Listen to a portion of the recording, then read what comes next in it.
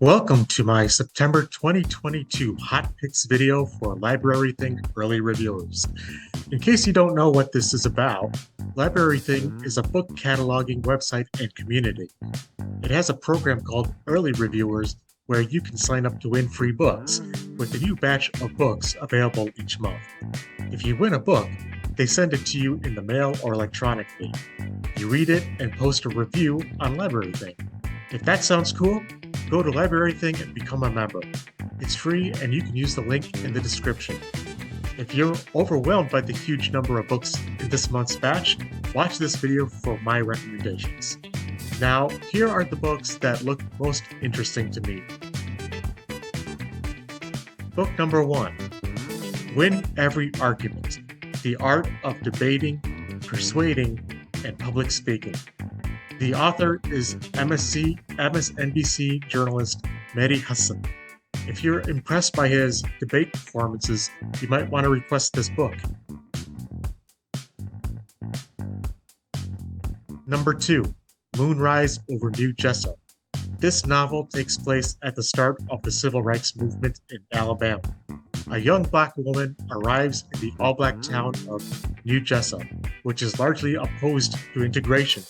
She falls in love with another political activist there, and they both deal with the turmoil of the opposing viewpoints regarding desegregation. Book 3, The Great Escape: A True Story of Forced Labor and Immigrant Dreams in America. This is about how the author, a labor activist, learned about a forced labor camp in Mississippi. The 500 laborers at the camp had been lured there with the promise of green cards and high-paying work rebuilding oil rigs after Hurricane Katrina.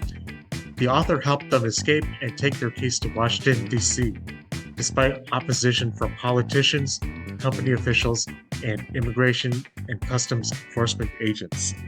This happened in 2007 and is relevant today as the U.S. continues to bring in foreign labor to rebuild after climate disasters. Book 4, Granite Kingdom. This novel is set in 1910 Vermont and is about a newspaper reporter caught in a struggle between the leading granite producers, who try to manipulate and bully him while they exploit their workers. Book 5, Uphill, a Memoir. The author is Jemele Hill, a veteran journalist on ESPN and Atlanta. She writes about the intergenerational trauma she experienced and the development of her journalism career, as well as the hardship she faced for calling Adolf Hitler out on his racism. Book 6, Over 80, Reflections on Aging. This is a collection of 28 essays on how to live one's best life as an elderly person, touching on topics such as surviving a health crisis, sharing a dog, and thinking about the past without becoming mired in it. Book 7, The Year of the Monster. This book explores American culture as commodity and comorbidity, with 16 stories that challenge vulnerable characters to survive in transgressive spaces. It mixes traditional prose with script and screenplay, and comments on how American culture embraces violence and perpetuates environmental crises. Book 8, The Sunrisers. This science fiction novel is about two lovers who join enemy factions.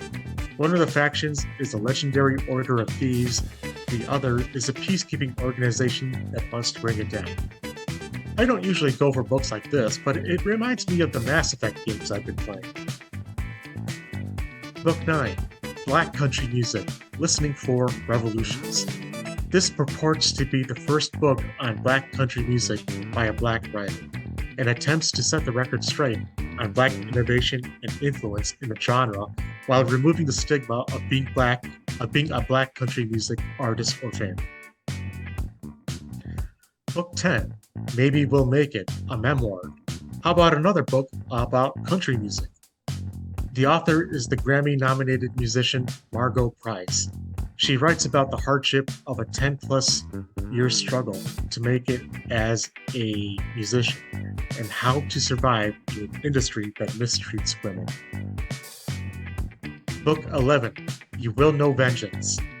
This is a cyber techno thriller about a young hacker who is imprisoned. Using Bushido, he finds inner peace and helps his fellow inmates. But the situation turns desperate when an old nemesis ends up in his cell block. And if you request You Will Know Vengeance, you might as well also request number 12, its prequel novella, DoGoodR. Book 13, Ephemeral Wings. This is the first time I've heard of an insect being a protagonist in a book. This young adult novel is about a mayfly nymph named Maggie, who has to find food and interact with other insects, some nice, some not. Caught in a confusing world, she has to define her own vision in order to attain her goals. Book 14, Flowers for Alcyon. This is a young adult space opera and the first book in the series.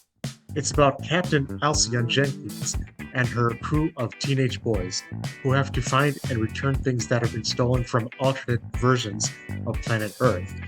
Each alternate Earth is almost identical to our Earth, but is inhabited by beings that either went extinct on our Earth or were thought to have never existed. Book 15, While the Music Lasts. This novel is about romances and ambitions among the musicians in a London orchestra. It's inspired by the author's own experiences as a cellist. It was published over 10 years ago and was number 35 on the UK fiction bestsellers list. It's been updated to be representative of today's culture. Book 16, The Seed of Corruption.